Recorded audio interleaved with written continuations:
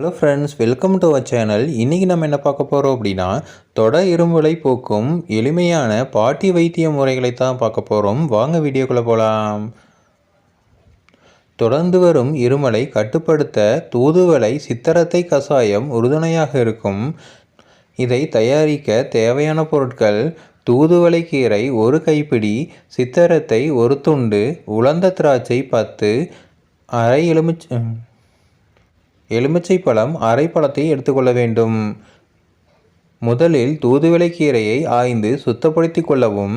பின்னர் ஒரு பாத்திரத்தில் 400 மில்லி அளவு தண்ணீர் ஊற்றி தூதுவளை, சித்தரத்தை மற்றும் உலர் திராட்சையை போட்டு நன்கு கொதிக்க வைக்க வேண்டும்.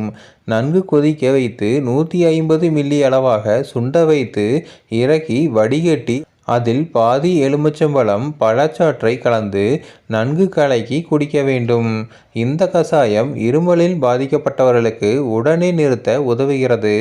இந்த கஷாயத்தை தயார் செய்து வைத்து கொண்டு கொஞ்சம் கொஞ்சமாக குடித்து வந்தால் நல்ல பலன் கிடைக்கிறது. இந்த இன்ஃபர்மேஷனை பயன்படுத்தி நீங்கள் நலமுடன் வாழ எங்களுடைய வாழ்த்துக்கள்.